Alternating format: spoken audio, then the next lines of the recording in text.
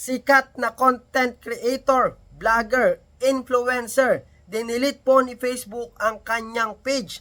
Bakit nga ba? So must be aware po tayo dito mga Lodino para po hindi mangyari sa atin. Lalong-lalo na po mga Lodino, yung mga mahilig umatake dyan ng kanilang kapwa content creator. So nakikita ko po yung ilang video ng influencer na to na mahilig po siyang umatake ng kapwa niya content creator, vlogger, influencer din mga Lodi.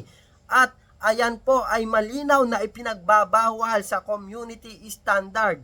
Under po siya, maaari po siyang pumasok doon sa bullying or harassment o kaya naman doon po sa hate speech. Nakasulat po yan sa community standard mga Lodino. Kaya naman kung ikaw ay nagsisimula pa lang dito at yan yung content mo na nauuso ngayon na mahilig kang umatake ng kapwa mo content creator, baka soon ikaw na din ang i-take down ni Facebook, lalong-lalo na kapag ka po may nagre-report sa iyong mga video. Tandaan nyo, mapamaliit, mapamalaki, walang pinipili po yan. Basta lumabag ka sa community standard, ite-take down at ite-take down po yan ni Facebook. Okay? Kaya naman wag mong kalimutang i-share ang video na to para naman aware ang mga kapwa natin content creator at i-follow na rin ako para updated ka sa aking mga video tutorials. Thank you!